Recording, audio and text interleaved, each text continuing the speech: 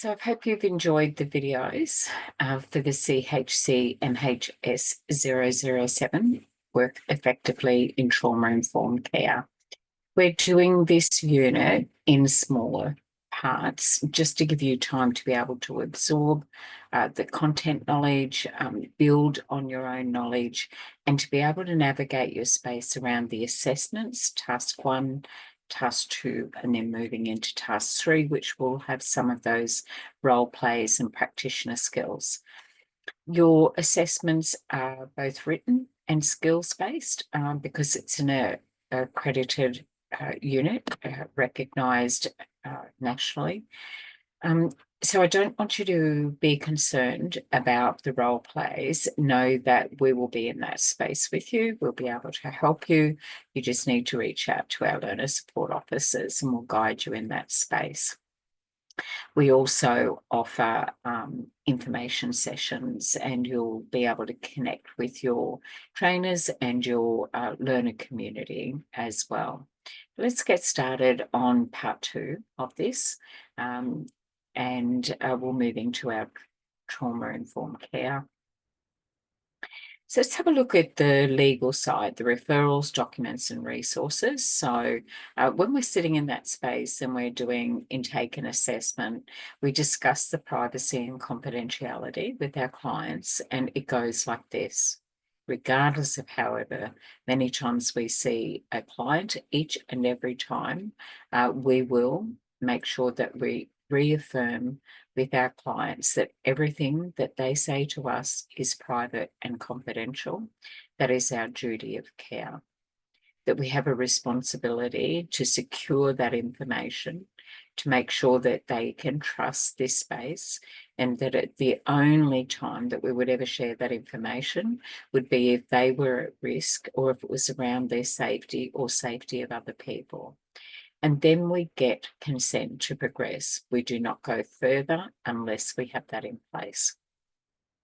So your referrals, document, resources are the supporting documents that you might have. It might be a client caseload, it might be a consent form, giving your consent from the client and the client's consent back to you to be able to share, obtain and store that information. So we can't just send you off to a place with our clients if we don't have their consent. And we can only talk to people about our clients on certain information, not everything. In the workplace, I don't share information about any of the clients with colleagues either. We will de-identify when we're a team and we're sitting around doing case conferencing and just checking in, unless it's an absolutely private and confidential space. So our clients need to trust us. We spend their time building on that trust, and so we must be consistent and always work to those standards.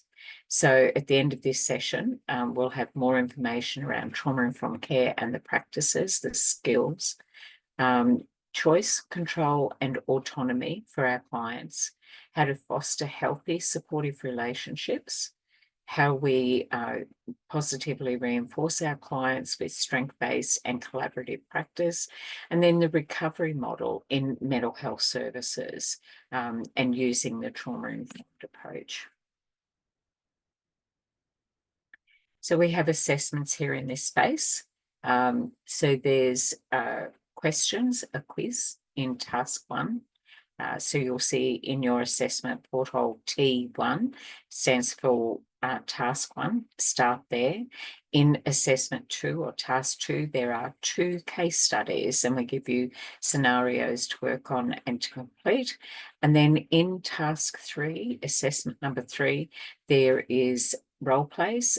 So there's 3 different clients that we give you, hypothetical clients, and 3 reports will get written, safety plan reports for each of those clients.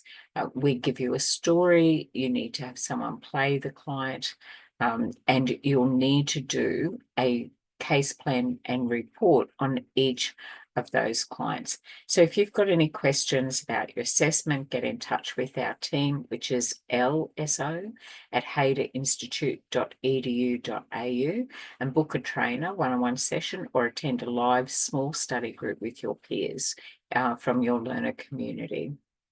So with those role plays reports, there's a template in the instructions. It will guide you over to a simulated workplace dashboard. It's very similar to what you would have if you're working in an organisation, and we guide you into getting those templates. The instructions will have a link.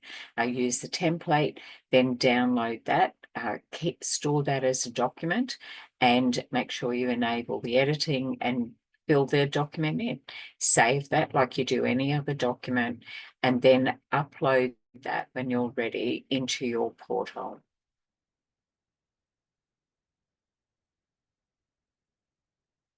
Okay, so assessments tools for trauma, adverse childhood experience, or ACEs, is one of the evidence-based assessment tools that we use when we're working with the client.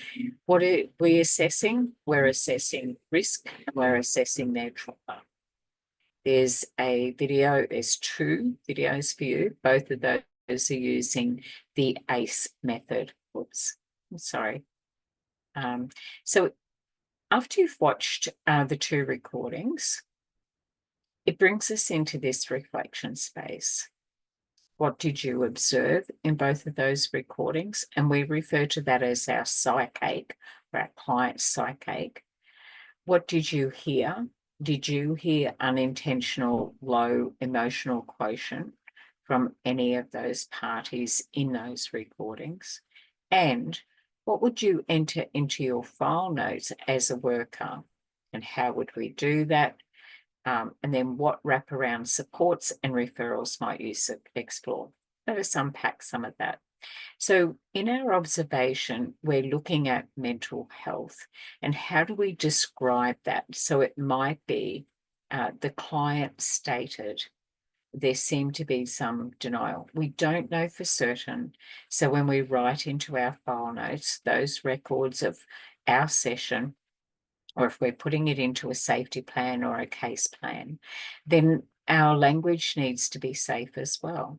So we might write, the client appeared to be, or there may be potential for. We're never going to work in absolutes because we don't know. And sometimes not even our client yet knows.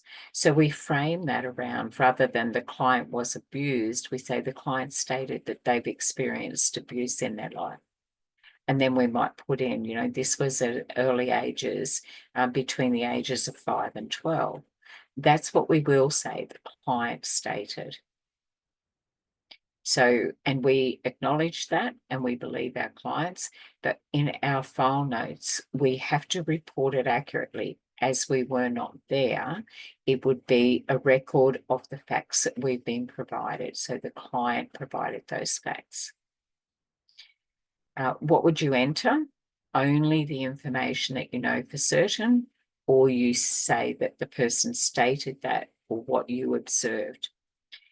Based on what your client says to you, what kind of supports and referrals might you explore?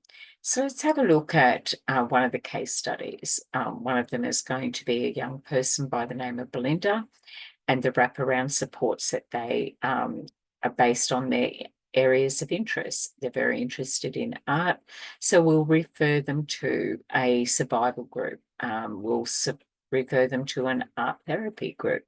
That's what we mean by wraparound support. We might refer them on to specific type of counselling, but we might also work in that trauma-informed space until our client says that they're actually ready to get another worker involved. So we don't rush it. We can't. We go at the pace that's okay for our client, and we're assessing the psychache at all times, making sure that they're okay and getting their consent to progress and move forward. And we work at that pace. So it's our reflection from those watching those videos, but it's also our application. in the workplace. So our ACEs are our assessment tools. An assessment tool, we use an ACE to measure trauma. So questions for the parent about their child is usually if that child is young. And here is a link for you here on the tools that we would use for a child parent caregiver report. And it's de-identified. So read the ACEs assessment tool and get a feel for that, be comfortable in that space. So what are some of the observations that we would have are the indicators of trauma based on what we observe and what the client states. So there could be substance abuse, which is self-medicating, trying to numb the pain or bury those feelings deep. Have something else that takes them away from that. We've discussed some of that in our part 1. Some controlling behaviors, so obsessive, it could be obsessive disorders, checking lists, repetitive type things, eating disorders, so maladaptive coping mechanisms, but trying to get some sense of control back in their lives. And then, of course, from victim to offender around emotional abuse. Something that's violent or aggressive, or someone's behavior unable to control, that could be the language, physical, emotional, financial, sexual abuse, what's been reported and the information that comes in, or an over-sexualized behavior, which is all risk-taking behavior and included there.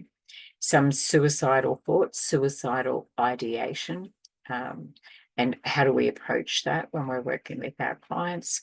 And then negative thinking, self-talk and self-image. So our clients might say, well, I'm just hopeless, or I can't work it out, or nobody cares whether I'm here or I'm not. We'll listen to some of that language. And then fake self or imposter syndrome, where people feel that they can't be authentic in that space, and that they're masking, which is quite different to a neurodivergent who may have to learn some social norms, because that filter doesn't happen easily. But these are learned skills, the same as people have learned behaviors. So you can have a learned helplessness, because that is a person who is stuck in that space or very fearful of moving forward out of where they are. So we have that understanding around it, which is why we do the unit and why we make sure that we have really unpacked that well. So what is trauma-informed care, or TIC, which is the study that you're doing here? These are the key assumptions in trauma-informed care, how we approach. We recognise widespread nature, so this can happen to anybody, anywhere, any age, any socioeconomic group.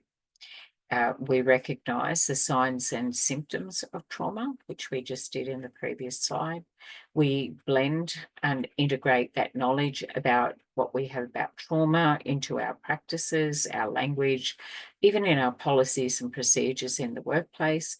And then we actively seek to avoid re-traumatizing or re-injuring our client with how we approach that, making sure that we have an understanding that the environment that we're in is safe and supported, that we're I guess in our own green zone, our regulated space, that we don't become dismissive or try and normalize what's happening for them or brush that aside, and we do not rush. So until we've got that engagement and that trust, we can't move forward anyway. Your client will work with you at the pace that they're available to. So supporting trauma survivors in trauma-informed services, trauma survivors are seen as unique, so quite individual, who have experienced extremely abnormal situations and have managed as best as they could. And so what is trauma-informed care and the principles for effective support? There's your link. Just remember that if the link doesn't allow you through, it's a cybersecurity layer of protection. Just copy and paste that and then put that into your own search engine, and that will let you in. So experiencing trauma is characterised in the sector, working in the mental health space, as feelings of loss of power and control, intense fear, and consequent loss of trust in other people. In our role play, our scenarios, the clients that we give you, each of them have been through different levels of betrayal. And someone has broken that trust or that chain of trust in family, trust in service providers in that space, and then trust in new people coming into that space that is not there yet. So we work in this. This can take years. Trauma is an imprint on someone's mental health and their physical health as well. Can be re-triggered just by talking about it. So that's a video for you to watch about our trauma-informed care. So our talk is safe. What happened to you? Tell me your story. I'm listening. Unsafe talk is not why are you acting like that, and not saying things like focusing on your behavior. You seem really angry. That can be very triggering and re-injuring. We do not know what other conversations have happened around that trauma as well. So how people are supported immediately after the event, the traumatic event, and each time they step into that space, keep in mind that if you're talking about their trauma, then you are re-injuring and you're opening that up, and we may trigger.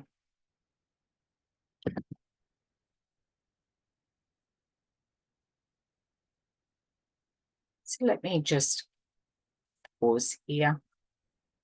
So we'll just take a little breather here around reflection, knowing that in this particular space, we are about to step into having some of those deeper conversations. Now, suicide intervention work is a particular skill set. However, as we move into this space and these assessments, we're going to be reading about that. So I want you to practice that self-care when we go into this space as well, because we need to make sure that we are okay. And I'm again going to remind you about all of the resources that are there for us as workers. We can talk to supervisors, we can talk to going in on a chat with YB Blue or Black Dog is also great. Headspace have some really good interactive ones as well. And of course, Lifeline 13 11 14 or First Nation Torres Strait Island 13 Yarn, where we can go and support our clients and ourselves in that space. So that's our in the meantime. So let me just bring up the rest of this before we head into that space. I'm doing a check-in with everybody. So let's have a look at what trauma is and what it is not. So what is trauma-informed practices? It's unconditional positive regard. You'll see that often written as UPR, but it's empathy. That's not sympathy, not pity, but empathy. Going the extra mile for the client, therapies for moving people out of that distress state into that green zone, some healthy choices of coping mechanisms, understanding the client has some negative behaviours as defence mechanisms and accepting of that. Hope you can get better, and then knowledge. Information, education, and awareness. So that is about giving agency and power back to the client. Who is the expert? What it is not, it is about making judgment. It's stuck in stress, giving up on people, punishment for mistakes or coping mechanisms or judging, lack of hope, or thinking that you or I, as the worker, that we are the expert and we would know best, or other people will know best. The client is the expert on their experience and their trauma. There's a video there that I'd like you to watch in your own time. Oops, wow, that went too fast. Sorry. Let's slow it down a little. Okay. So, understanding trauma and its effect, which is our principles. So there's a difference here when you go to your written work. It'll ask you what are some of those trauma-informed principles. The principles are the understanding, the safety, the trust, choice, how we collaborate, and involve the client in their own safety plan, their own plan moving forward. It's individualized, and we revisit that. We check that the plan is suited to them, that we make whatever adjustments we need to make to be accommodating of our clients. We've got to check in and keep reassuring the client that they are the ones who have control over this space, because if someone is trauma impacted, they feel they have lost that control because the event took that away from them. So empowerment or key focus, agency over this is your plan, we work for you, we go at your pace, respect for diversity in all its forms, and make those accommodations. What other things do I need to know to be able to make sure that this is the best plan for you? Ask our client.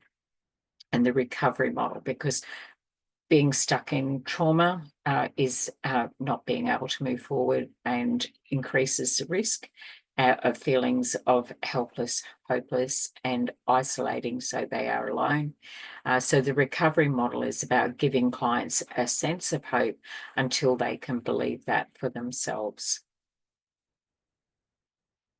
So empowerment or agency over self, I've spoken about the word empowerment, and so I won't speak about that again, but I did want to be able to just say to everybody, it's about valuing individuals and their rightful place in the community, having resilience, agility, their capacity, skills and knowledge and connections to others and potential.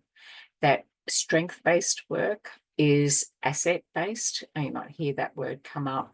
So if it is strength-based, then the recovery is improved by around 30% if we positively reinforce the things that people are doing well and that you observe about them and their progress and encouraging that. And then deficit is the negative, is productivity decreased by around 30% in that recovery. So there's a 60% difference in productivity and outcomes around having that control, agency over self, which means that the client owns their plan and we work in that space at that pace. So services that focus on strengths for our clients, Australian Employment Training Solutions can often identify and build on those strengths, characters, personality profiles. There's one method there around DISC, personal achievements, skills, experience. The reason why we work in that space around here and the outcomes being sustainable employment could be that there's some very valid reasons why people are no longer working because they've had an injury in the workplace or a traumatic injury, or they witnessed a traumatic event. And it could be that they've had something happen to them outside of the workplace that stopped them from being able to continue with their work as well. So we work in employment and training because sometimes people have to be retrained into something completely different, or we have to have what we call reasonable adjustments and considerations around that. So when we look at someone who is struggling or they've got addictions. We know that it's trauma-based. And when we're looking at people who are trying to navigate that, we don't look at the behavior. We actually look at what has happened for you, what may still be happening for you. And we customize our plan and the goals to suit that person's knowledge, skills, and experience and their talents now for where they are. And sometimes people are reinventing themselves after a traumatic event. So we do this in a safe way. So emotional, physical, we make sure that we build privacy and the confidentiality around establishing a building and maintaining that trust. Cultural competency, where the person does not feel any assault or challenge or denial of their identity based on their beliefs or their presentation, their value space, and that they feel heard and understood for who they are. And then cultural safety, that is also in our words, understand cultural backgrounds and trauma triggers to avoid re-traumatizing or re-injuring, being very mindful that we don't open up big discussions in short timelines in our sessions, that we leave nobody with open wounds. So we gently work in that space.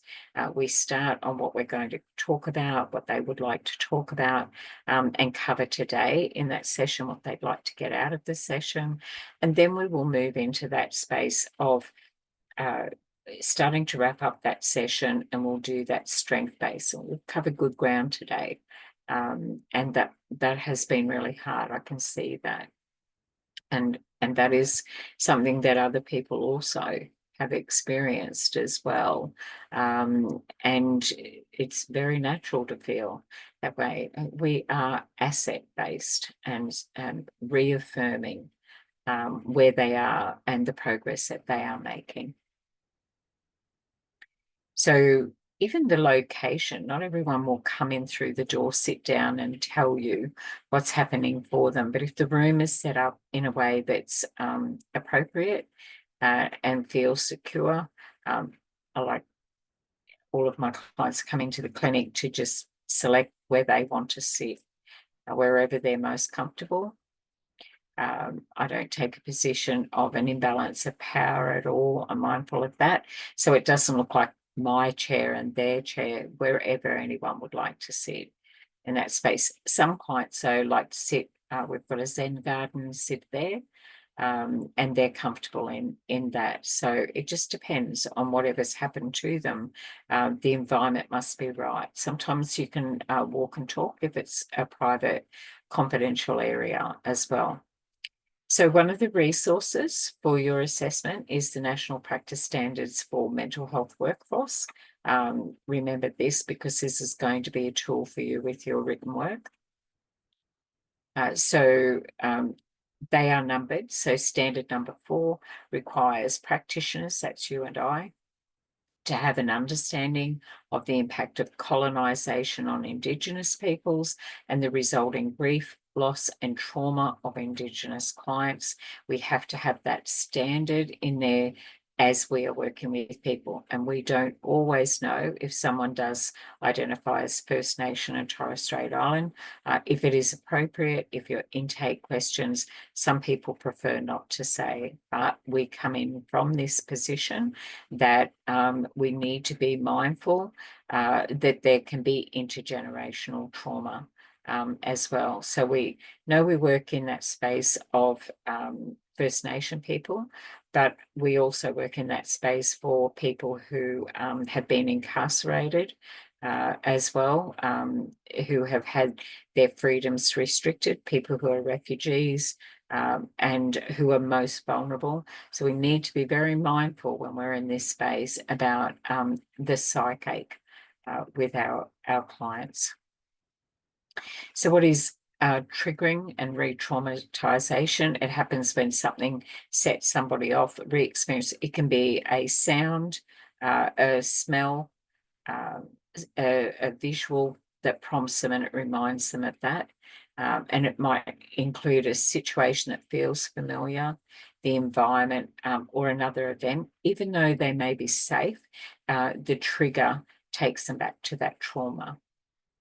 So giving clients choices and information about services enables agency and a sense of control, because checking in, let me know what that feels like. It's up to you. I'm happy inside or out, morning or afternoon, giving people options of when they come in and see you, the best time of day for them. And then in community services, the service reminds them of the trauma. So every time they walk in through the door, it could be that, say, someone had their children taken, and so then we may be re-traumatizing them simply because we are a sector worker. We need to be mindful of that. Being forced to look for employment when a child is 6 months old, that also some of those mutual obligations around the employment service sector. Questions might trigger a memory. How many children do you have? That would be triggering for someone who had a child removed by child safety. Help from a service might trigger feelings of shame, and that I haven't got any control and that I am helpless and hopeless and alone, or that they're incompetent, that if their previous attempts had not been successful and they feel that they're useless in that space. And then compulsory forced obligations, and that treatment might remind them of losing control in another situation, even though doing this may bring a better outcome for them.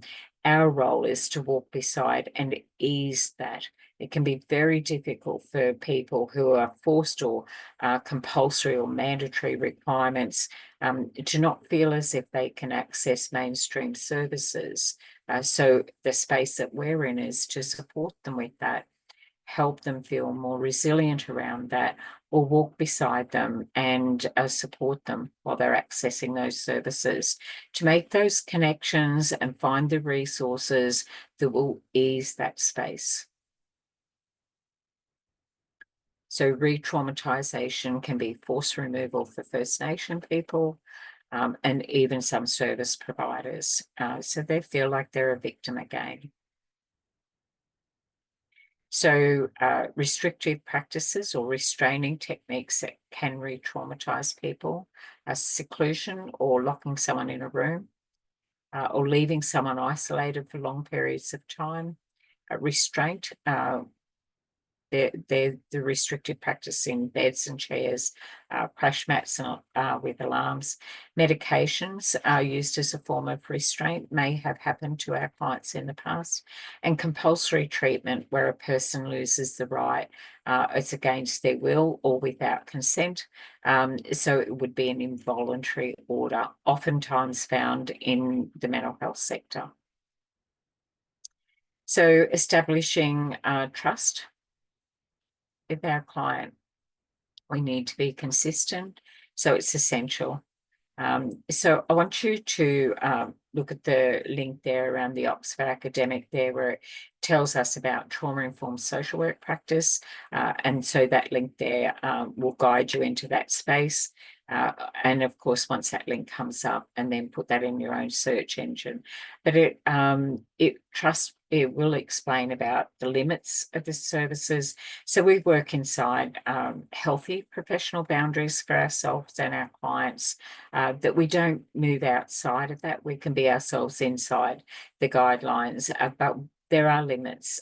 We have rights as a worker, and we have responsibilities, and our clients have rights, but they also have responsibilities as well. So we don't overpromise and underdeliver. We explain the limits to our role, and we model those behaviours and those boundaries as well. And we are consistent in that space and give it the time that it needs, because these incidents, these events, these traumatic events, and the post-traumatic stress disorder can happen over many, many years.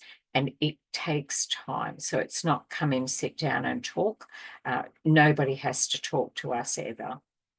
So when we start in that space, they will talk to us if they feel it's safe to do so.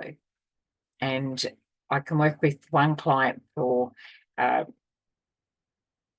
decade and see them when they are feeling triggered or re-traumatized.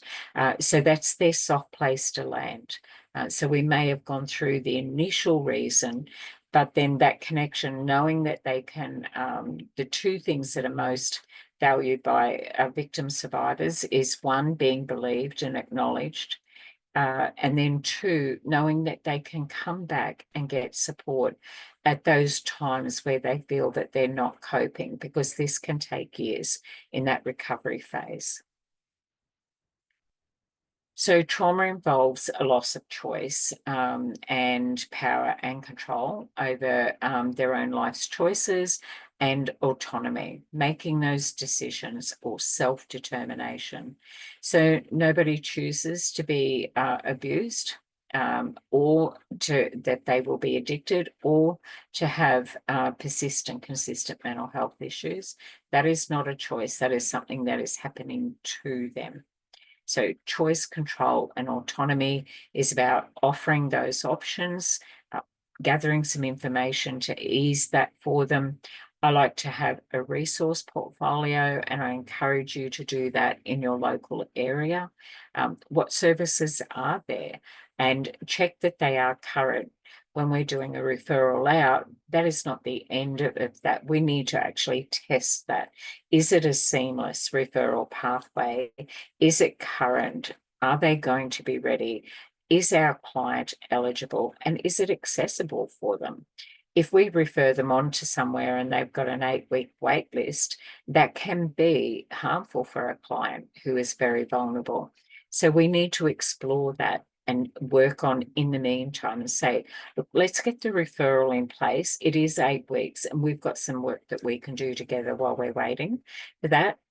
But we give people information because knowledge is power. Oops, sorry.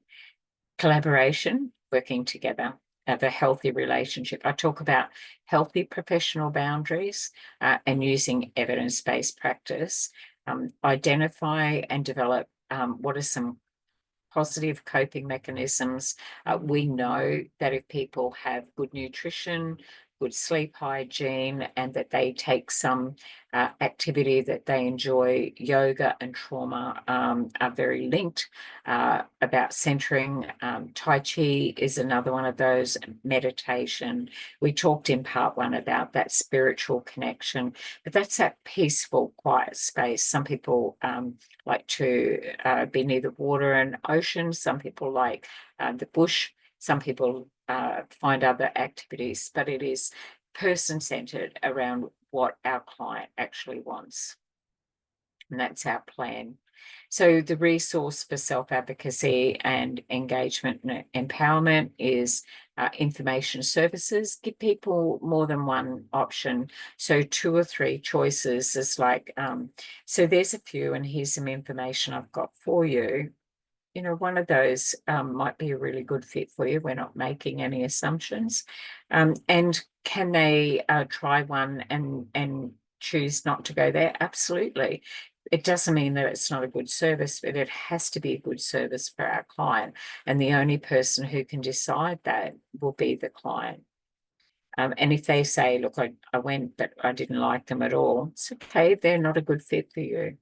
And it's got to be right for you. And we, again, reaffirm and positively reinforce that strength-based. Okay, these are your choices. You've got to find the person that's right for you. So there's many times people will say, I go to my doctor, but they don't really listen. We need to help them find a GP that's a good fit for them. So offer our clients a range of options from medical intervention to holistic therapies as well. Legal resources, what are their rights, and refer to legal representation, legal aid if needed.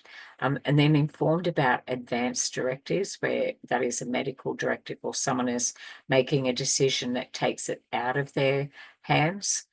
Mental health is all ages, so this isn't always about someone who has capacity. It might be that someone has dementia or early onset, and they need to have other people making decisions in their best interest, because someone may not have capacity, or at the moment may not have capacity.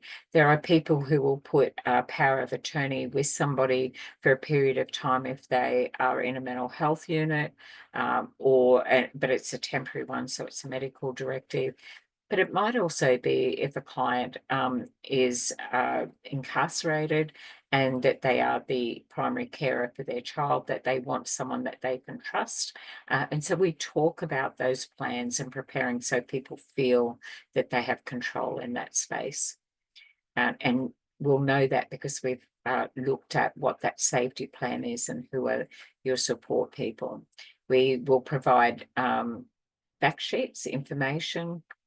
We'll point people in the direction of apps that they can have on their phone, or maybe there's some websites. So, for example, SANE is a great resource, Black Dog Institute and Dementia Australia. There's Selectability, there's Carers Gateway, there's Little Dreamers for young people who are carers to their parents or the adults in the family, because there may be a parent that does have and experience mental health issues. So we need to find out what resources are there. And oftentimes as a worker, we don't know unless we go looking on behalf of a client. But while we're studying, we can start exploring that, what mental health services and supports are around us in our postcode or where you would like to be working. Breaches in policies and procedures that we are responsible for. So we need to make sure that we have our clients' consent each and every time. That is not I've got your consent and that lasts forever. That has a sunset clause on it. Have I got your consent to find out about this support and if they have availability? And then once you have done that and you've discussed it with the client, that's the end of that consent. Then you get consent again. So a client can give verbal consent, or we can get them to sign off on it, who we're going to share certain information, and then what information. The client must always have full control. That isn't to have your consent to refer that over. What are you going to talk about? And you need to let your client know that. So the privacy and confidentiality, discrimination, workplace health and safety also has psychological safety in now in several states and territories. It sits in under the workplace health and safety legislation. Dignity of risk, that we put information in front of our clients, but of course it's going to be their choice. That we have a duty of care, and that's when it overrides a client's right to choose if we think they are at risk of harm or harming others. And our record management, how we write, what we write, and where we store that information and protect it for our client. And then mandatory reporting if we think that someone is at risk. So the mandatory reporting, often we think about that around child safety. It's a vulnerable person, but we have vulnerable people at all ages. So the mandatory reporting might be that we'll do a wellbeing check and call the AMBOs, and that'll be 000. So we can't have that information and hold that for ourselves. We can't even hold that information in our notes only. We need to follow our policies and procedures and report to a line manager and discuss it with somebody else. Oops. Sorry. And that's just coming to the end of this part 2 in our recording. And we need to make sure that we have shared that information with another person, that it does not sit with us if we've assessed that there is any potential risk of harm to self or others, run it past somebody else, follow your policies and procedures. And we provide that policy and procedure framework for you in your first access dashboard, where we give you instructions to go in there to get your templates. So you get your username, and we give you that. It's the same for everybody. So it's Hader Institute. And then, of course, the password is Hader 123456 to get into that space. You log in then as a staff member, and that's a simulated workplace environment. So our written work is around a potential that would happen. The documents that you use are simulated in your new hypothetical workplace at first access. So you're getting your information from there. You're writing your assessments, and you're doing your skills around a scenario. Even in the first access login site, there's all different staff members. Have a look around the site. What services do they offer? Get a feel for that in an organisation. If you already work in an organisation, some of this might be familiar. If you're moving out of where you were working and you are going into a new field, this is a simulated dashboard where it's very similar to any of the organisations that I've worked in, and some of the government agencies where we go in on a dashboard and get our policies and procedures as well. So just in recapping that, we'll be moving into our final part. I want you to stretch, hydrate, and know that we're just about to wrap up this unit, but we've got one more part that I'd like to work with you, and then I'd like to show you what some of the assessments are in this as well.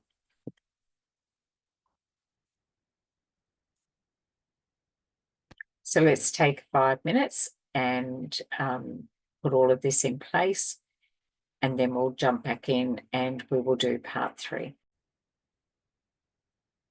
Okay, so in our final session of CHCMHS007, Work Effectively in Trauma-Informed Care, we're going to be wrapping up our content knowledge, our key learnings here around this unit, which you're going to be applying over to your skills and your written assessment for these studies. And as you enter into that space as a mental health support worker from an entry level view. So let's jump in and have a look at some of our content for this part. So our referrals and our document resources are trauma barriers and anger management, de-escalating. Some of our clients, I guess they're in that heightened space outside their green zone. Managing a crisis, or what feels like a genuine crisis for our client. What are some of the detrimental practices and self-care for you as the worker? And then some case studies in readiness for our role plays or our practitioner skills. So there's the power of, deliberate listening, which is active listening, to listen to understand, and then doing some reflections on your video there. So she talks about the techniques did Ronna use to enable the woman to feel heard, and those strategies. What were some of the turning points in the conversation? Have a think about that. And then what were some of the trauma-informed care principles that she used that you could recognise? So you might watch that recording a couple of times and really picking up what we call our micro skills, the communication, the pauses, the moments, the listening, the language, the body language, the non-verbals, the setting. What was it that she was talking about there?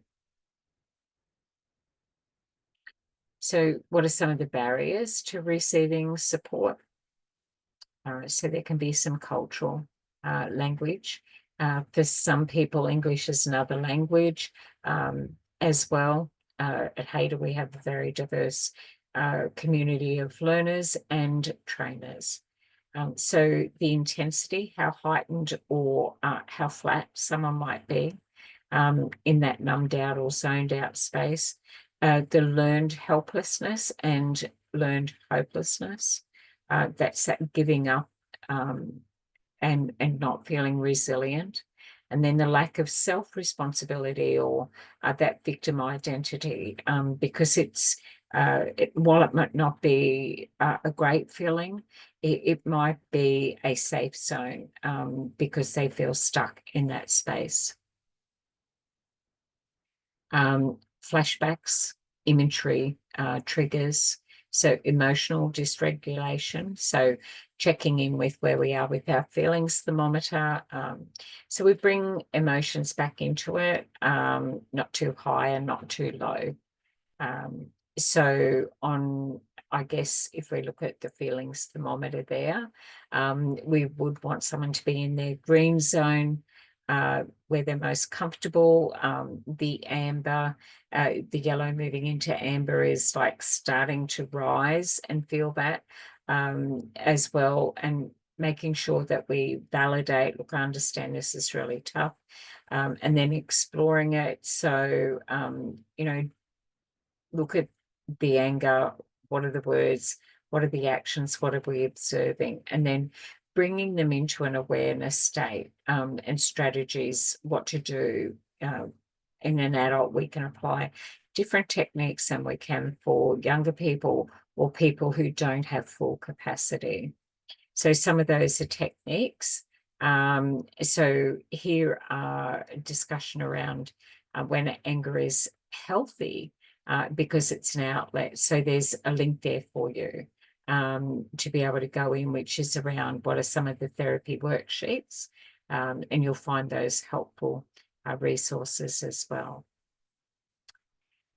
So here we have, I want to bring back the window of tolerance in your assessment, go back there, which we did in part 1, and then to have a look at some of the additional ones, how we measure the emotional pyramid of needs, which is Dr. Susan David. We looked at Maslow's hierarchy of need. At the base where we start is that gentle acceptance of where someone might go, oh, well, it is what it is. The compassion, the routine, structure, repetitive coping mechanisms that can be helpful. Connection with the feelings that they've got, and then connection with us to help guide, and then courage to reset and start again. And then the wisdom based on the facts and that things can recover. And that hope of moving forward into the future at a time where perhaps they could recognize that they were happy and that they can be happy again or regulated again to meet those emotional needs.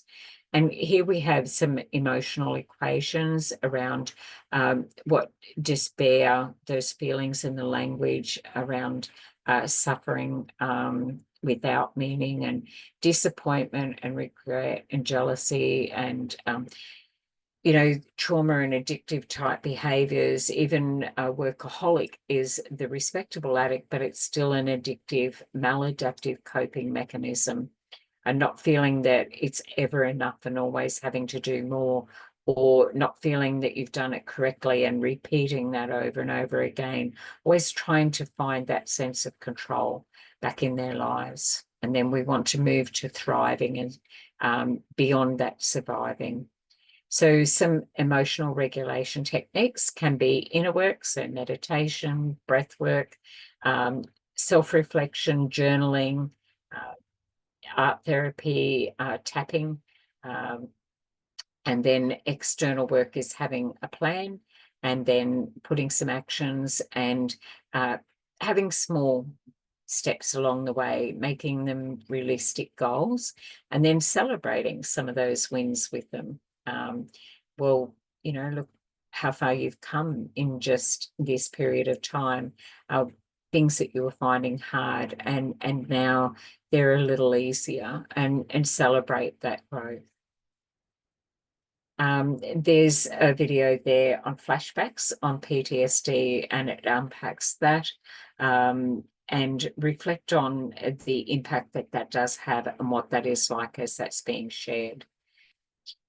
Some of the vulnerabilities and the diversities around gender diversity and trauma-informed care, the approaches that we might have for different gender, different cultures, that we make those adjustments. In some cultures, women do feel safer talking with another female.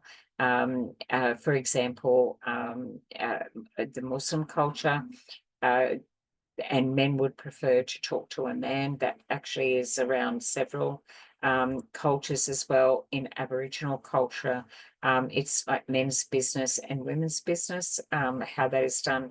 And then elder, like elder respect, and then mature age carers. So it's one of those things that we would link. So if I was bringing in an interpreter, for instance, and that person was in their 70s, I would be looking for, if it was a gentleman, then I would be looking for a mature male, and I would probably make sure that that was face-to-face rather than a Zoom or online, wherever I could possible. So we look at those considerations so that we're not re-traumatizing someone, to put all of that safety plan around that so as well. And the safety plan consists around making sure that our clients have a feeling of both emotional and physical security. So I guess what we don't want our clients to feel, and they'll go through those stages of blame and justify and deny and quit and give up. So the common beliefs around interpersonal violence, there's stigma around that, there's shame, even sharing a story. That the person may feel that they're at fault, and the person chose to stay. There's even survivor guilt that people may experience as well. So, you know, they might be in denial, where they'll go, oh, it's only happened a few times, it's much worse for other people. And then making excuses, keeping secrets, hiding the shame that they might feel that they're not coping, and it can be done around alcohol, and the use of it, or, you know, making excuses for people. Oh, well, they had too much to drink, otherwise they wouldn't have done it. Minimizing and suppressing those feelings, and not validating self or validating others. And then some of those common beliefs can lead to shame, and the victim, of course, feeling unworthy of even seeking help. So the differences around child, adult, elderly, or disabled, when they disclose or share their story. So we recognise, respond, and build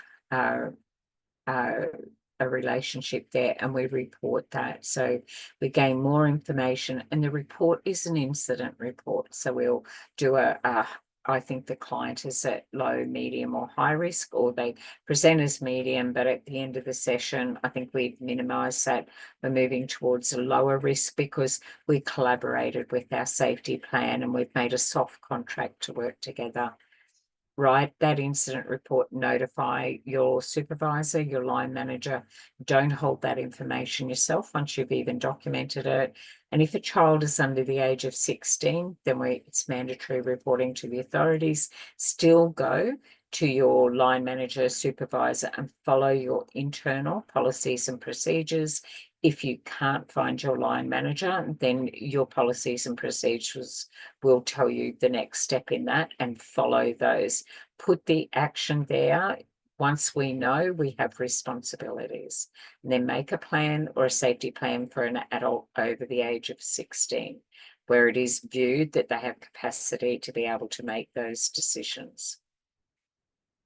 So when does trauma become a crisis when the client is not coping, and that some of the ways they're doing that is self-harm. And then, of course, suicide thoughts or risky behaviours, and taking risks, or walking onto a busy street or a dangerous area at night,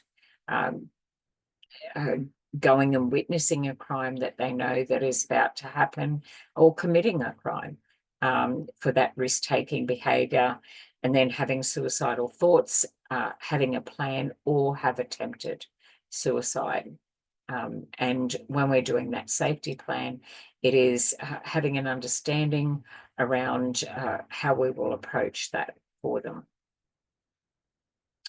So assessing for suicide requires triaging.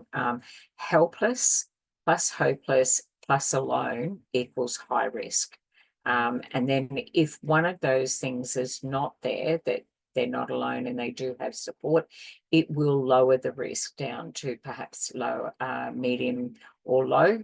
So a safety plan will put those strength-based so that they don't feel that they're helpless in that situation, that it's strength-based, and we're encouraging that it is not hopeless because we found some resources and they get to choose which ones are a good fit, and not being alone. Well, we are in that space, so they can count on one person if we establish that positive, trusting and professional relationship, and being consistent in that space. So very high levels of depression, or have you ever thought of taking your life? Asking the questions around the assessment of suicide. If someone is engaged in answering those, then know that the risk is lower, because, not low, but lowered, because they're talking to you about it. A person who is further down the plan of actually putting that into action is unlikely to tell anybody. They say made that decision and they don't want to be talked out of it, but we need to be asking these questions and checking. So have you ever thought of taking your life? Are you having those thoughts now? Do you know how you would do it? Have you thought about that? And do you have those things around you now? Have you got a plan right now? And have you attempted suicide in the past? This is when we take that decision and our duty of care, that we would need to step into that space. We would need to know where they are, and we would let our supervisor know, and we would have a wellbeing check done. So we will circle back into that plan about the helpless, hopeless, and alone. We will hook that person back into staying engaged. But if they say, no, I've never thought of doing that, that's a bit extreme. I'm just checking, your well-being here.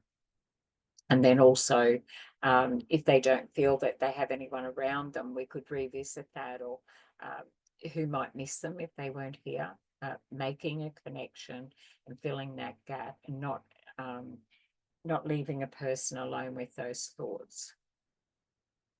So CAT is a crisis assessment treatment team, and it's different in every state and territory. So 000 will do that. Most ambulance in every state and territory are highly skilled in this area, and they're amazing, and they will stay with people for that period of time. And also, the more we do, the better we get. And that's why we do our practitioner skills and role plays. It's important. So we have resources. 000 immediately, you'll go with them to an emergency department, get somebody to do that wellbeing check. It can be police, it can be ambulance, but we need to let 000 know. Another option is, in a crisis, to contact your local crisis assessment team at the mental health unit. So you can call your nearest public hospital and ask for that as well. And say, I have someone who has just disclosed their risk of suicide, and they will assist you in that space. And then a group of mental health professionals, such as psychiatric nurses, social workers, psychiatrists, and psychologists, knowing that every single person at Lifeline 13, 11, 14 are trained suicide intervention workers, and that they can assist, and we can make a soft contract with our client to be able to get them to call that. Will you call this number if you are having those thoughts and feelings? And will you call me in the morning? Because we cannot be there 24/7 and monitor a client, but there are 24/7 services, so mental health lines, and then of course 000. So mental health triaging happens, and here are all your free call numbers. So these are 24-hour specialist mental health care. These are resources that you need to know about, and they can respond, and they are free calls. So what happens in an assessment when someone is doing this for you? The CAT will make sure that you are supported during the crisis, and we let our clients know that these numbers, when you're having those feelings, and it's okay, they are trained, and we're not around 24/7, but I need for you to have that 24/7 support. What would it be like if you could talk to someone when those moments come across you? Because they will pass if you aren't alone in that space. And once the crisis has passed, the CAT then will put in some referrals and wraparound supports, and that longer term care will be there.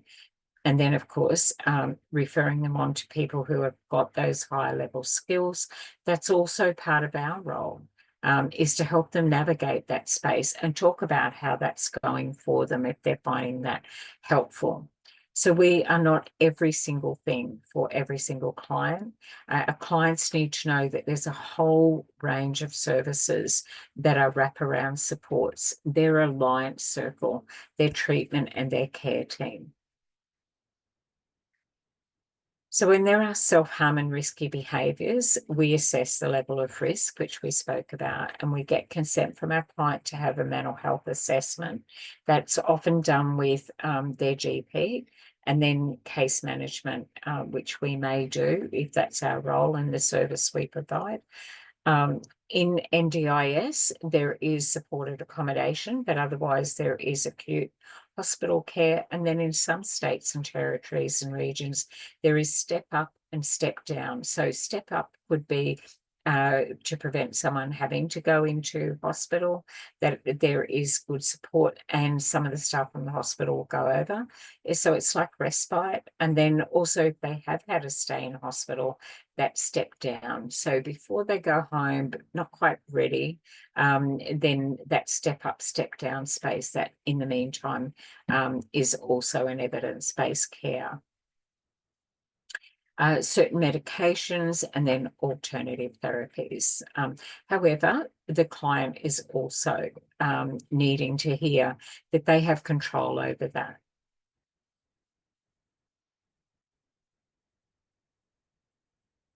So our inner child can often carry those childhood wounds as well. So we know we're stepping into that sensitive space, and for children as well. So there's a video there to watch. Like I said, this can be really heavy going, and we've broken it down into 3 parts. Just this is your recording to be able to use as a resource and step in at the times that you feel more resilient to be able to work in this space.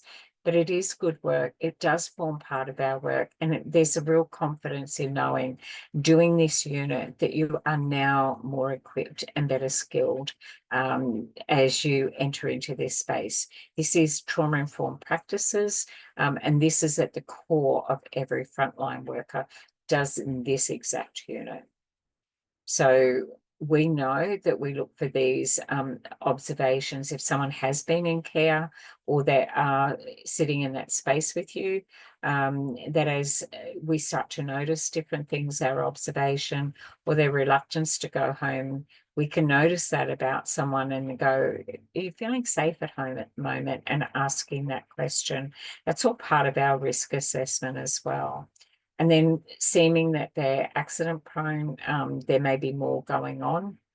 And then some of the really obvious of that rocking or excessive rocking is that heightened hyper, and then showing awareness, distrust, poor sleep hygiene and difficulty sleeping, and often tired and falling asleep. That's that hypo area, whereas the heightened is the hyper outside of our green space. And some other maladaptive coping mechanisms, and then, of course, our observations.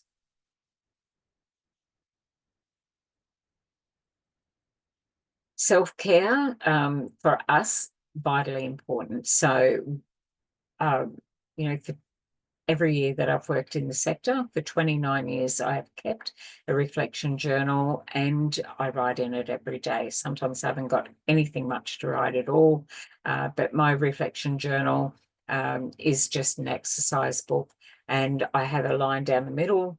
On one side, I have a plus, on the other side, I have a negative, and I'll write down what went well and what I could do differently and what I learned from that.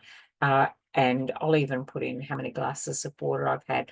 Look at all that self-care. So I look at professional boundaries. If someone's crossed it, or if I feel as if someone tried to cross that boundary, I'll reflect on that and I'll write that. And that's how I get that out of my mind and down on a piece of paper.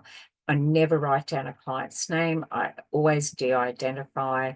I live in a regional area, so I can never ever speak of or write down anything outside that other people might be able to read or view.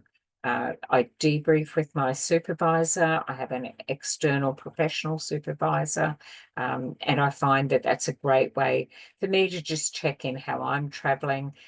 We don't usually talk about our work with our family or our friends and our colleagues, because we've already said to our clients that everything is private and confidential. It absolutely is, and it is not who we are, it is what we do, our work, and we need to step away from that and know where the boundary is, that I will step into that space and I will think about work when I'm at work, and not when I'm out. And that's us having that balance as well. We need to take those breaks, and we need to recognize when we're meant to take those breaks. And then some self-reflection, and then worker management. And so what do you do for your own self-care? Because we spend all this time working on our clients and the kind of things that we do. So I'm a 4:30 a.m. rain, hail or shine Tai Chi. That's where I find my green space. I begin my day there. If I have had broken sleep, which can happen as well, a lot of workers have lived experience, and that's a particular time of the night that I will wake up. I'm aware of that, and then I go straight back to those rituals, routines, and sleep hygiene to manage that. That does not mean that our clients will be cured of trauma, but it does mean that it will not take a grip or have control. But if we are fatigued, then we will know that it'll be a client's story may land a little harder, rather than that soft place where self-care helps us be resilient. So we do all those things. I call them our deposits, so that if we have a big day, it's made a few withdrawals. And we talk about that with our clients around deficit and assets. So talk about, let's make some deposits into that space. And then when things are a little wobbly, then there's a few withdrawals out, but that's okay, because we'd actually had a bit put aside there for just this moment. So we do the same with ourselves. We need to model the behaviours and the practices that we're asking of our clients to do, and to trust us in that space. So just in recapping around this session, and knowing that we have covered a very deep conversation, I want to just take you over briefly into your assessment work around this, introduce you to what you're going to see in your portal, your student portal, and reach out to the LSO team. So let's jump over in there for a moment and let me show you some preview work around your assessment and what we mark you on. Okay. So this is the very first of your assessments. See all my tabs open up the top. So this is, you'll see in your porthole T1 stands for task 1. So we start with task 1. There are 4 tasks, 4 assessment tasks in this. It starts with an online quiz. And I just want to show you, there's 22 questions. Some of them are multiple choice, some of them are pick a few things. So I just wanted to give you a glimpse of what an assessment looks like, and I want to show you just briefly each 4 of those and what we look for when we're in that space. You have your learner's guide, which has a lot of that knowledge. You have these slides and your recordings and a couple of links, and then some extra resources that we put in there for you around this to be helpful. So question 1 out of 22, define the terms trauma and complex trauma and explain the differences between each. We've covered that in our slides. So the answers are there. It's just about going back and revisiting. I like to, when you first get your unit and you open it up, I like everybody to go to their learner's guide and just read it like an information resource. Just skim through it, not to study it. Don't do any of the activities in it. Just go through it and get used to the language and travel through it. It'll tell you what all the tasks are. Don't be in a rush. Absorb that. Build the foundation. Get used to it. So it's like, okay, that's sinking in. Read that and then pop over to your student portal. There is some e-learning, some practice runs. They don't count towards your assessment for this unit, but it's a good space to pop in. It doesn't matter if you get those all right or all wrong. It's just walking around that space and being familiar. Your assessments, you have 3 attempts. You can have more, of course, but those 3 attempts, if you're at the 3rd attempt, and if you get the first one and it's sent back, and maybe you get 21 questions in task 1 correct, and there's 1 there, it will give you feedback. Great work, terrific start. With this one, they're looking for, and we'll guide you into that. We'll give you information. Think about this. That's our work as assessors. If say you're at your 3rd attempt, for us that flags, we need to jump in there and give you some support. Please contact your learner support officers and say, I'm stuck on this task 1 of my unit CHCMHS007. I don't know, question number 9, I keep getting it sent back. I don't get it. That's great. Good feedback, because if our learner support officers can't assist you, they will send that through to the trainers and they will send an email, and then we will reach out to you as well to help you in that space. Let's have a look at another one here. This one, 3, this one's got a few more in it. Explain how trauma affects a person's development. The answers are in there. Please identify a minimum of 5 impacts of trauma. So it just gives you, just go back into your slides and read your learner's guide. The information is there. This is an assessment, is about, can you recall that? And don't get anxious about your assessment work. It's for you. As you work through it, just save your answer rather than submit your work. You can keep coming back to that and work on it. Let's have a look. Discuss potential causes and risks of re-traumatization when accessing or receiving services. 2 parts to this question. how might these risks be minimised, meaning reduced? So when you read your question, here it's actually asking you to give two parts. So something might get sent back to you, it's like a good start, and then how might you minimize these risks? So just read your questions carefully. It'll be two parts like this, two sentences, or it might have, could you give me this and this? So read the question carefully. And here's one here, describe 3 common beliefs and the attitude. So you would put in belief and the attitude, another belief and the attitude, and another belief and an attitude. Okay. Towards people who experience interpersonal violence and how these impact their access to services. So there's 3 parts to that. So there's one and, so I want this and I want this and I want that. So read through those questions. So all of those all the way through. Clients have the right to speak for themselves, self-determination, and make decisions about their own recovery journey and even their safety plan as well. So describe what the concept of self-advocacy is. Explain why some people with mental illness may find it difficult to find their voice and act on their own behalf, and how self-advocacy can be beneficial. So how will it help when they find that voice to be able to represent themselves? Okay.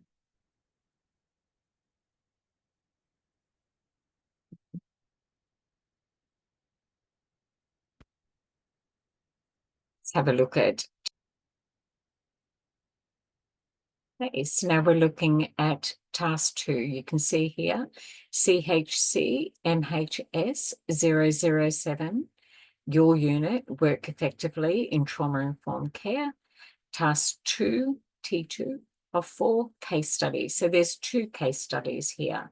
So I'm giving you a preview around what those case studies are as well. So we'll break that down into the 2. So you'll need access to a device, and you can't do this on our phone. Tablet you can though, if your systems are set up. You use your learning materials, and then supporting documents.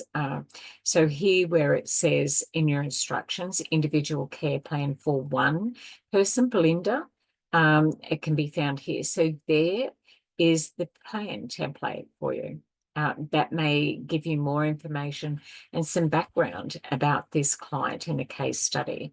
And then also going into the First Access portal, your website, and we give you the link also around going into that space, and your passcode, it's all written there in your instructions.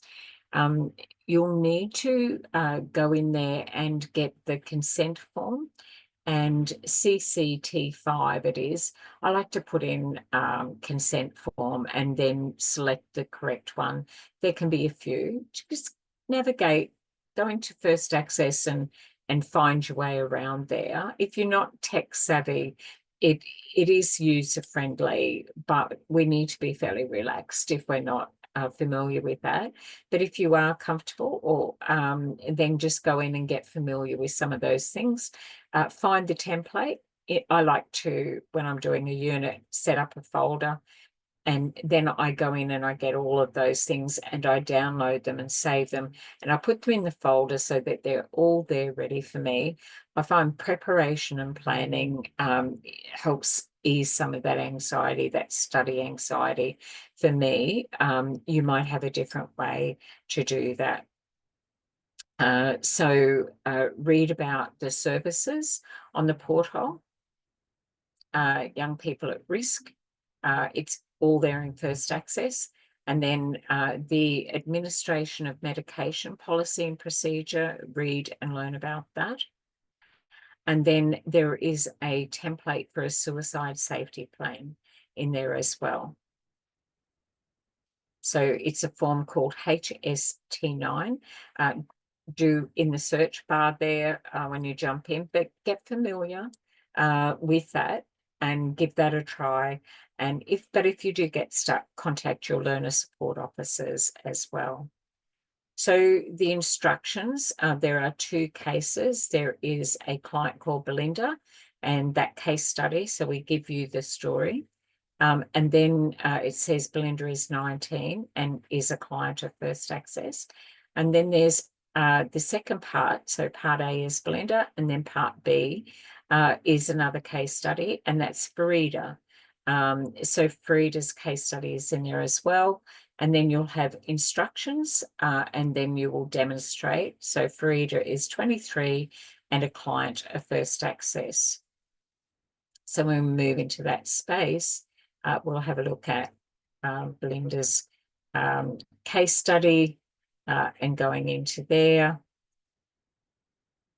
So here is the background, but that's on that link. So Belinda is a client of a program at First Access, your hypothetical simulated workplace, early intervention and prevention for young people at risk already.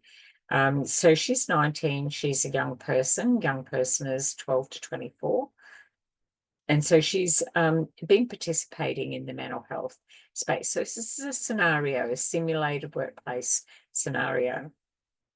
So there's a bit of information there about Belinda and her background, where she has been staying in another program accommodation and been running away from home and living on the streets as well, accessing services, bit of background, where she'd actually been put in under a medical order against, so an involuntary against her choice.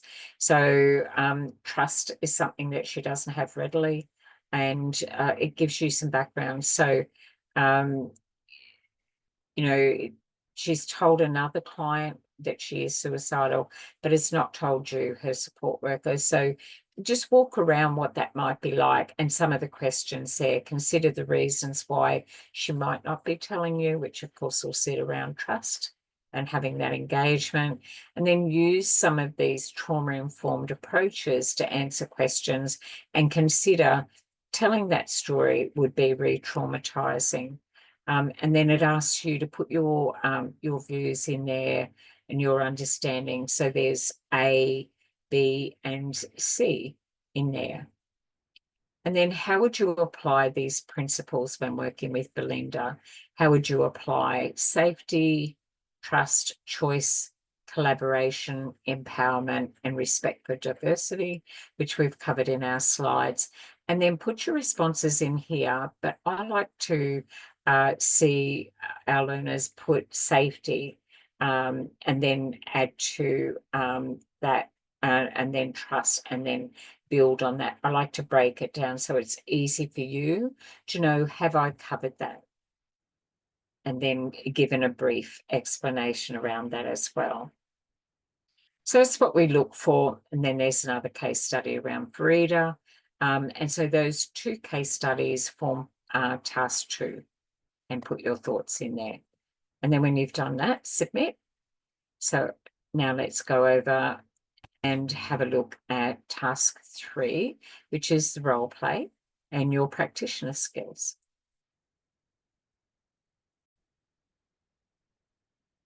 Okay, so just having a look at the practitioner skills or your role plays. These are T3, so task 3 of 4. The 4th one is a reflection journal. So that's just unpacking your thoughts, putting those ideas. So there's no right or wrong answers in there. We guide you with a template.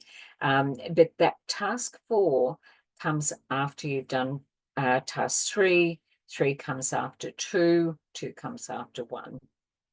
So that's a process when you're doing it. If you jump around and you go, oh, I'll do 1 and then I'll skip over to 4, you won't have anything to write, and that'll be evident in your work.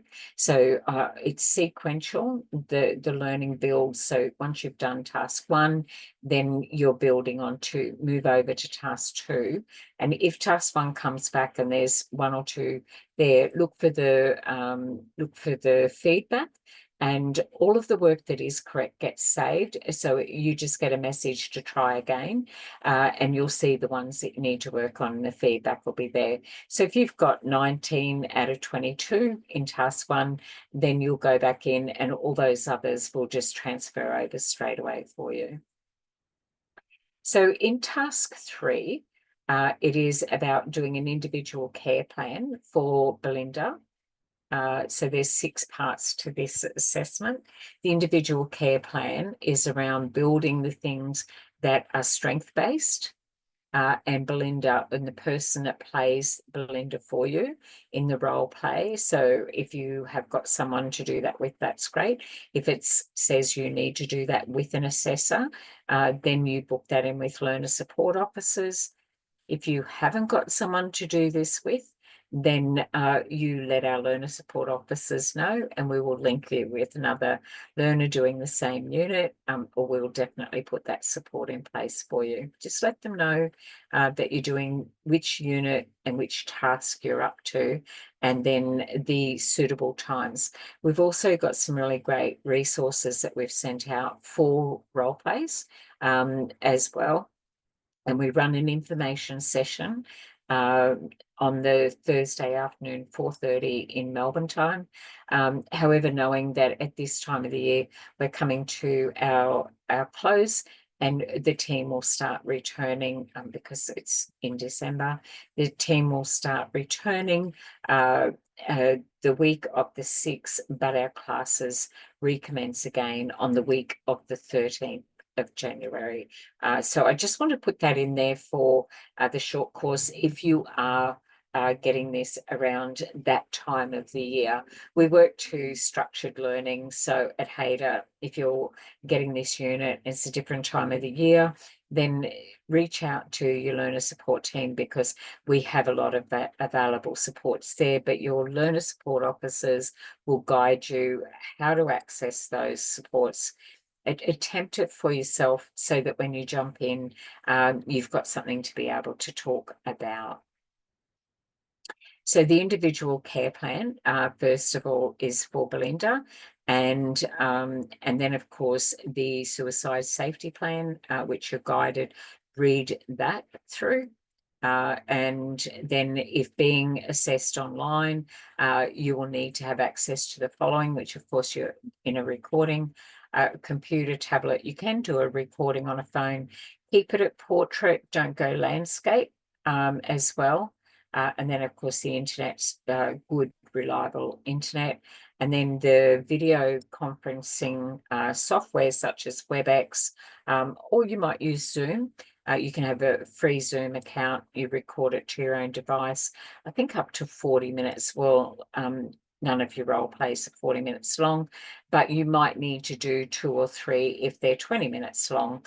And so you can jump in and set up another one and do that in part 1, or you might call the first one, it might be Belinda, and then the second one could be Farida, and then the third role play, part C, will be Isaac. All of those are clients, and we give you the scenario around that as well. And those scenarios simulate a workplace story, and then we ask you and give you guidance on how we want your role play to be done.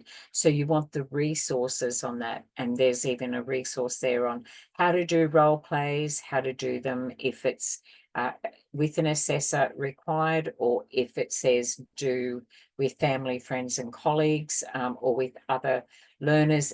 There's some information there on how to do that, and then some brief ones on micro skills, just some short ones that we look for when we're assessing, and we even go through and tell you how we're going to mark. And that's what I want to do next, is to show you what are we looking for, how we're going to mark you on your role play. So let's have a look in that space.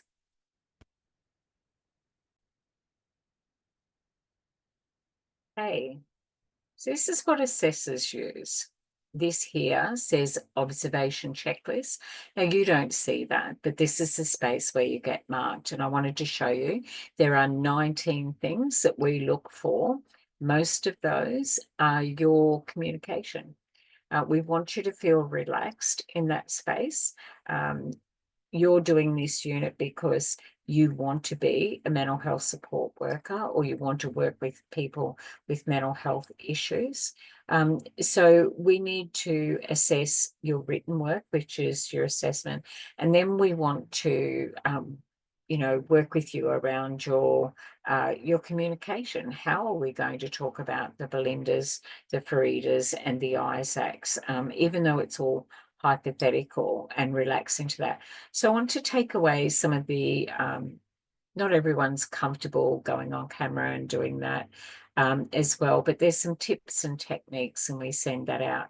But I just want to let you know and take the mystery out of it. What do we look for when we're marking your role play? And surprisingly, it won't be the things that you think it is. It'll be just you being in your green space and relaxed and comfortable and asking some of those questions. So I know that if you're doing this course, then we've been through some communication strategies.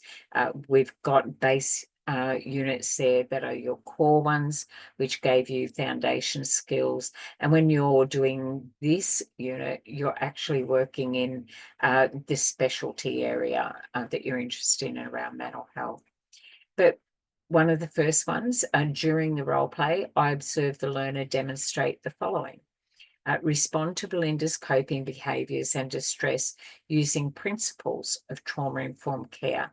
So in the slide, when we talk about principles, and in task 1 and task 2, and now we're in task 3, we've already covered that. You've written about what they are, and then did I see you, or did your assessor see you apply that in your conversation? So here are some of the things that you can give yourself some notes as some stepping off. Practice your role plays. Practice with people, practice without people until you're ready to be in that space. Let's select another one. During the role play, I observed the learner use strategies to avoid re-traumatizing Belinda. So picking our words and choosing them carefully so that we don't re-injure and re-traumatize Belinda by not making statements that might make her feel that she's on guard and she's exposed, vulnerable, and losing control again based on her story. Question 11. We're up to Farida. The student responded to Farida's past and current trauma using trauma-informed approaches. What has happened to you in the past and then what is happening for you now based on that information.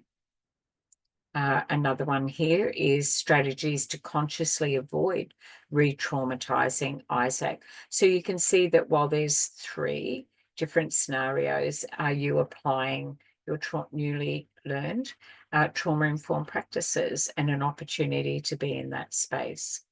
So we can do a mock role play with you before you're ready to do that, if you would like that. Or if you feel confident and you wanted to go ahead and do that, you can submit it and then get the feedback as well. But if you're looking for that support, then please reach out to your learner support officers. So I'm hoping that you found, just even by looking at this space here, of what is it that we are asking around the trauma-informed practices. We have covered your 3 parts. This is the final part of this unit, this single unit. And we've looked at task 1, your quiz, task 2, some case studies, 2 of them. Belinda and Farida, and then your role play, we had another client, hypothetical client, but in a simulated environment with a story that mirrors something that you might come across. And they're all really interesting. One is about a young person who has had trust betrayal with family. and had lost agency over making choices. And then we had Frida, who had a bad experience with an organisation, actually the organisation that simulated there, and they're giving us another chance in First Access. And then we've got the third person, Isaac, yes, presenting with trauma. However, Isaac's regular worker isn't there. And so we need to be mindful that that could be triggering for Isaac, but we also need to be working within our professional boundaries as well, and staying in that space and feeling confident. So how do we approach that using these principles? So that's the end of this session. And I just want to acknowledge this is an incredible unit, and it's the content in here and the resources available are great, and they will prepare you well to feel more confident about stepping into working in that space with very vulnerable people who have in the past had a trauma or may currently be experiencing a crisis, and how we get to work with them and walk beside them so they feel safe, supported, and supervised. So thank you, everybody, for your time. And I always enjoy presenting this one. This is one of the most powerful units in anybody who works in the community sector, and it crosses every one of our demographics as well.